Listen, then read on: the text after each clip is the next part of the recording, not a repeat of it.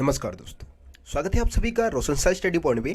और आज की इस वीडियो में हम बात करने वाले हैं 11th क्लास पॉलिटिकल साइंस का जो चैप्टर नंबर 2 है, जिसका नाम है भारतीय संविधान में अधिकार। इस चैप्टर को हम समझने वाले हैं। वैसे तो नए सिलेबस में अगर हम बात करें तो इस चैप्टर को चैप्टर नंबर 1 में ही ऐड कर दिया गया है। इसके अलावा चैप्टर नंबर 9 और 10 के जो कुछ टॉपिक है उसको भी चैप्टर नंबर 1 में ऐड किया गया है। बट हम इसको चैप्टर नंबर 2 में ही समझने वाले हैं, क्योंकि पुराने बुकों में अभी भी चैप्टर नंबर 2 है और नई बुक शायद अभी तक पब्लिश नहीं हुई है। तो देखिए, इस चैप्टर में हम कुल मिला के भारतीय संविधान में जो 6 प्रकार के मौलिक अधिकारों का वर्णन किया है उसकी हम बात करने वाले हैं। लेकिन सबसे पहले हम मौलिक अधिकार की परिभाषा को समझ लेते हैं कि यार मौलिक अधिकार होता क्या है। ठीक है, देखिए, मौलिक अधिकार वो अधिकार है जो कि हर एक व्यक्ति के विकास के लिए जरूरी है, व्यक्ति के व्यक्तित्व के विकास के लिए जरूरी माने जाते हैं ऐसे अधिकार। और ये अधिकार ऐसे हैं जो कि हर एक व्यक्ति के विकास में, मतलब बिना जाति धर्म लिंग का भेद किए उसके विकास में क्या करते हैं, सहायक हैं, उसके विकास में योगदान देते हैं अधिकार। ठीक है, तो वैसे तो हमारे जो संविधान है, हमारे संविधान में जो आप इस समय अगर हम बात करें तो लगभग अनुच्छेद 14 से लेके 32 तक में मौलिक अधिकार का वर्णन किया गया है। कई बार आप देखेंगे गूगल पे सर्च करेंगे तो 12 से लेके 35 तक भी बता रखा है। आप 14 से 32 बता दें। 14 से 32 में क्या है, मौलिक अधिकार का वर्णन किया गया है और कुल मिला के 6 प्रकार के मौलिक अधिकार का वर्णन किया गया है।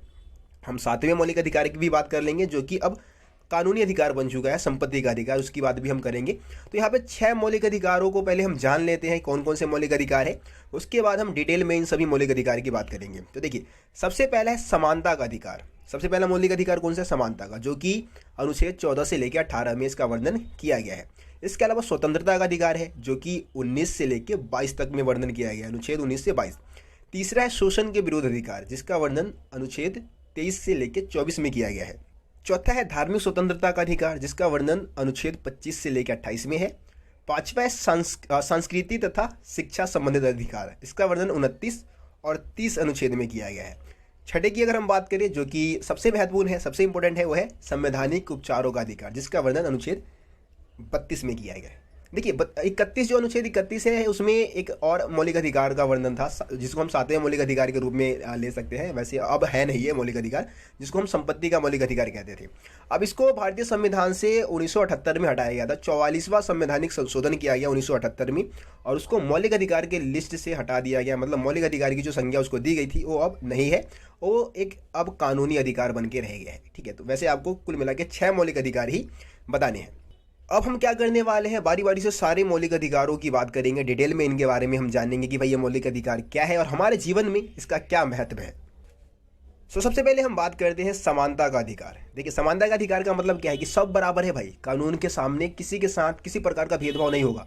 धर्म के आधार पे, जाति के आधार पे, लिंग के आधार पे किसी प्रकार का भेदभाव नहीं होगा। सभी कानून के सामने क्या है, एक बराबर है। सभी नागरिकों को दुकान, होटल, कोई भी सार्वजनिक स्थल है या फिर मंदिर है, मस्जिद है, गुरुद्वारा है, हर जगह जाने की अनुमति है, प्रवेश करने की अनुमति है। उसके साथ किसी प्रकार का भेदभाव नहीं होगा।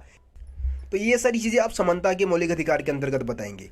हम दूसरे मौलिक अधिकार की बात करें, जो कि है स्वतंत्रता का अधिकार, है ना। स्वतंत्रता का अधिकार का जो मौलिक अधिकार है, इसके अंतर्गत क्या है कि भाई आपको बोलने की आज़ादी होगी, है ना। आपके साथ कहीं भी किसी स्थान पे किसी भी धर्म, जाति, नस्ल के आधार पे भेदभाव नहीं होगा। आप कहीं भी जाके क्या कर सकते हैं, रह सकते हैं। आप संघ बना सकते हैं। संघ बनाने का मतलब है कि आप ग्रुप बना सकते हैं, ग्रुप बनाने की स्वतंत्रता है। आप सरकार के किसी भी योजना का क्या कर सकते हैं, विरोध कर सकते हैं, है ना। देश के किसी भी भाग में जाकर आप बस सकते हैं, वहाँ पे रह सकते हैं। जैसे कि अगर हम बात करें, धारा 370 जब जम्मू कश्मीर में लगा हुआ था, तो कहीं ना कहीं हम वहाँ पे ज़मीन नहीं ले सकते थे, वहाँ पे नहीं खरीद सकते थे। ये कहीं ना कहीं थोड़ा सा अपवाद था। लेकिन अब क्या है कि वहाँ पे धारा 370 हटा दिया गया है, तो आप वहाँ भी जाके ज़मीन खरीद सकते हैं, आप वहाँ भी रह सकते हैं। इसके अलावा आप बिना किसी भेदभाव के कोई भी व्यवसाय को अपना सकते हैं, कोई भी व्यापार कर सकते हैं, किसी भी काम को कर सकते हैं, है ना। देश में कहीं भी भ्रमण कर सकते हैं, आप घूमने जा सकते हैं। ऐसा नहीं है कि आप गोवा नहीं जा सकते, आप जम्मू कश्मीर नहीं जा सकते, आप कहीं भी जाके घूम सकते हैं। देश के किसी भी कोने में घूम सकते हैं। जो भी हमारे राष्ट्र का हिस्सा है, जो भारत का सीमा है, उसके किसी भी कोने में आप जाके घूम सकते हैं। तो ये स्वतंत्रता के अधिकार के अंतर्गत आ जाता है। अब हम बात करते हैं शोषण के विरुद्ध जो मौलिक अधिकार है, उसकी हम बात कर लेते हैं। तो इसके अंतर्गत क्या है कि भाई किसी व्यक्ति का कोई दूसरा व्यक्ति शोषण नहीं करेगा, है ना। 14 साल से जो कम आयु के जो बच्चे हैं, उनसे आप श्रम नहीं करवा सकते हैं, उनसे आप कार्य नहीं करवा सकते। अगर कार्य करवाएंगे तो आपको दंड दिया जाएगा। इसके अलावा आप किसी से जबरदस्ती कोई भी काम नहीं करवा सकते, वो बंधुआ मजदूरी के अंतर्गत आ जाता है ना। बाल मजदूरी को बिल्कुल एक तरीके से रोक लगा दिया गया भारत में। इसके अंतर्गत शोषण के विरुद्ध के अधिकार के अंतर्गत ही आ जाते हैं ये, है ना। दास प्रथा, आप किसी को दास बना के नहीं रख सकते हैं, आप किसी मनुष्य को खरीद बेच नहीं सकते हैं। ठीक है, तो ये सारे शोषण के विरुद्ध मौलिक अधिकार के अंतर्गत आ जाएंगे। उसके बाद हम बात करते हैं चौथे मौलिक अधिकार की, जो कि है धार्मिक स्वतंत्रता का अधिकार, है ना। इसमें क्या है कि भाई आप किसी भी धर्म का पालन कर सकते हैं, आप किसी भी धर्म को अपना सकते हैं, कोई भी रोक नहीं है आपके ऊपर।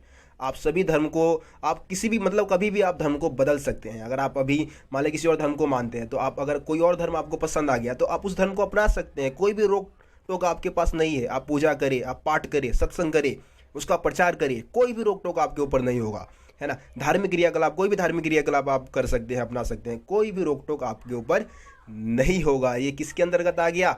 धार्मिक स्वतंत्रता के अंतर्गत आ जाते हैं। इसके अलावा जो पांचवा अधिकार है वो सांस्कृतिक तथा शिक्षा संबंधित अधिकार।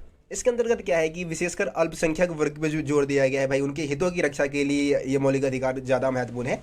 वो क्या कर सकते हैं? अपनी किसी भी भाषा में शिक्षा प्राप्त कर सकते हैं, है ना। स्कूल कॉलेज खुलवा सकते हैं, किसी भी भाषा के स्कूल कॉलेज की स्थापना करवाई जा सकती है, तो और वहाँ पे किसी भी संस्कृति के बारे में वहाँ पे पढ़ाया जा सकता है। तो ये शिक्षा और संस्कृति संबंधित मौलिक अधिकार में आ जाएंगे। इसके अलावा हम सबसे आखिरी छठे मौलिक अधिकार की बात करते हैं, लेकिन ये सबसे ज़्यादा महत्वपूर्ण अधिकार है। इसके बिना तो ऊपर के जितने भी मैंने आपको 5 मौलिक अधिकार बताया है ना, उसका कोई महत्व ही नहीं है। अगर ये मौलिक अधिकार नहीं होगा ना, तो पांचों मौलिक अधिकार क्या है? बिल्कुल व्यर्थ है, उसका कोई महत्व नहीं है। और इसको हम क्या बोलते हैं? इस अधिकार का नाम क्या है? संवैधानिक उपचारों का अधिकार। उपचार मतलब क्या होता है? इलाज करना। हमारे अगर किसी भी अधिकार को कोई हनन करता है, मतलब कोई रोग लग गया हमारे मौलिक अधिकार को, तो उसका उपचार करने का अधिकार किसके पास है? संवैधानिक उपचारों के अधिकार के पास है। मतलब कहने का ये कि संवैधानिक उपचार के जो अधिकार है उसके अंतर्गत अगर आपके ऊपर के पांचों मौलिक अधिकार में से किसी भी मौलिक अधिकार का हनन होता है, तो आप न्यायालय में जा सकते हैं, आप अदालत में जा सकते हैं और अपने मौलिक अधिकार की रक्षा कर सकते हैं। इसी को हम संवैधानिक उपचारों का मौलिक अधिकार बोलते हैं। इसका वर्णन अनुच्छेद 32 में किया गया है। अंबेडकर जी ने तो यूँ कह दिया कि भाई ये क्या है? ये अधिकार जो है संविधान का एक तरीके से अधिकारों का जो संविधान है उसका एक तरीके से हृदय बता दिया, आत्मा बता दिया। मौलिक अधिकारों का आत्मा है, हृदय है। इसके बिना कोई भी मौलिक अधिकार हमारा उपयोगी रहेगा ही नहीं। ठीक है, तो ये हो गया संवैधानिक उपचारों का अधिकार। तो कुल मिला के 6 मौलिक अधिकार मैंने आपको समझा दिए हैं। मैं उम्मीद करता हूँ आपको समझ में आ गया होगा। अब हम कुछ रीट की बात करेंगे, कुछ परमादेश की हम बात करने वाले हैं, रीट जिसको हम बोलते हैं। क्योंकि संविधानों हमारे अधिकारों की रक्षा के लिए जो न्यायपालिका है वो क्या करती है? अनेक प्रकार के आदेश, परमादेश जारी करती है, रीट जारी करती है, जिससे कि हमारे मौलिक अधिकारों की रक्षा हो सके। ठीक है ना।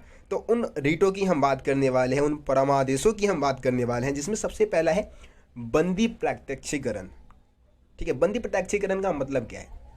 कि कोई भी व्यक्ति को गिरफ्तार किया गया, उसको बंदी बनाया गया, तो उसको न्यायालय के समक्ष क्या किया जाए? प्रस्तुत किया जाए। ऐसा नहीं कि आपने उसको पकड़ लिया और 1 महीने 2 महीने आप उसको जेल में ही बंद करके रख दिए, ऐसा नहीं होगा। ठीक है ना। उसको तुरंत क्या करना होगा?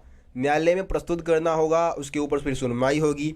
अगर उसका जो अपराध है वो अगर सही में मतलब सही सिद्ध हो जाता है, तो फिर उसको बंदी बना के रखा जाएगा, नहीं तो उसको फौरन रिहा कर दिया जाएगा, छोड़ दिया जाएगा। ये बंदी प्रत्यक्षीकरण के अंदर आ जाता है, जिसमें मतलब कोई भी जिस व्यक्ति को भी बंदी बनाया गया है उसको न्यायालय के समक्ष क्या किया जाएगा? प्रस्तुत किया जाएगा। इसके अलावा दूसरा जो रीट है वो है परमादेश। इसके अंतर्गत क्या होता है? जो न्यायपालिका है उन सार्वजनिक पदों पे जो कायम है अधिकारी, कोई सरकारी कर्मचारी कायम है किसी पद पे, और वो क्या कर रहे हैं? अपने दायित्वों का ठीक से पालन नहीं कर रहे हैं, अपने काम को सही से नहीं कर रहे हैं। और वो जब काम को सही से नहीं कर रहे हैं ना, तो उससे क्या हो रहा है कि किसी व्यक्ति के मौलिक अधिकार का हनन हो रहा है। तो कहीं ना कहीं जो आदेश देंगी न्यायालय, जो है आदेश देगा कि भाई कहीं ना कहीं उनको क्या करना चाहिए? अपने काम को सही से, अपने दायित्व को सही से एक तरीके से निभाना चाहिए। ठीक है, तो ये परमादेश हो गया। उसके बाद है निषेध आदेश। निषेध आदेश में क्या होता है कि मना कर देती है जो न्यायपालिका है, वो क्या करेगी? अगर कोई कोई अदालत है, निचली अदालत है, जो कि ऐसे काम को कर रही है जो कि उसके अधिकार क्षेत्र में ही नहीं है। ठीक है, वो काम मतलब उसके अधिकार क्षेत्र में नहीं आता है, उसके ऊपर वो क्या करे? सुनवाई करने की कोशिश करिए, तो सर्वोच्च न्यायालय, उच्च न्यायालय क्या कर सकती है? उसको मना कर सकती है, उसके ऊपर रोक लगा सकती है। इसी को निषेध आदेश बोलते हैं, मना कर देना। ठीक है, उसके बाद चौथा हम बोलेंगे, चौथा जो रीट है वो अधिकार परीक्षा। अधिकार परीक्षा का मतलब क्या है? इसमें क्या होता है कि कोई ऐसा व्यक्ति है जो कि योग्य नहीं है, बिना योग्यता के कारण बिना योग्यता के किसी पद पे कायम हो गया, कोई सरकारी पोस्ट को उसने क्या कर लिया? प्राप्त कर लिया, कोई सरकारी नौकरी प्राप्त कर ली, और उसके अंदर योग्यता नहीं है, और जो मतलब आपको पता है कि भाई कोई भी सरकारी नौकरी आप अचीव करते हैं तो उसके लिए आपको एग्ज़ाम क्रैक करना पड़ता है, लेकिन कोई व्यक्ति है भाई उस पद को प्राप्त कर लिया, तो न्यायपालिका क्या कर सकती है, उस पद से उसको एक तरीके से बर्खास्त कर सकती है ना, उसको पद से एक तरीके से हटा सकती है। ये अधिकार पीछ हो गया।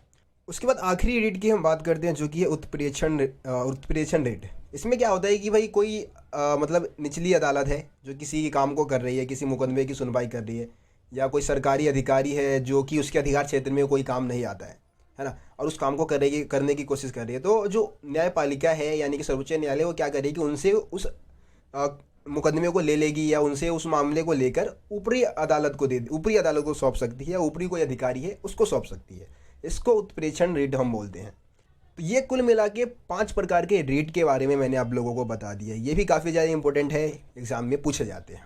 ठीक है, तो मैं उम्मीद करता हूँ कि आप लोगों को आज की इस वीडियो में जितने भी मौलिक अधिकारों के बारे में मैंने आपको बताया, और इसके अलावा 5 जो रेट न्यायपालिका द्वारा जारी किए जाते हैं उसके बारे में बताया, वो भी समझ में आ गया होगा।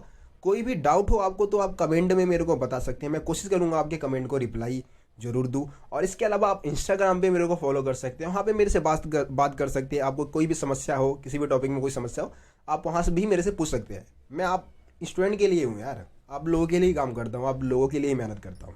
ठीक है, बाकी यार वीडियो को ज़्यादा से ज़्यादा अपने दोस्तों को शेयर ज़रूर कर दे। चैनल को सब्सक्राइब नहीं किया तो एक बार और बोलूँगा, सब्सक्राइब जरूर कर लेना यार। मिलते हैं आप लोगों से अगली वीडियो में, तब तक के लिए जय हिंद, जय भारत, अपना ख्याल रखिए।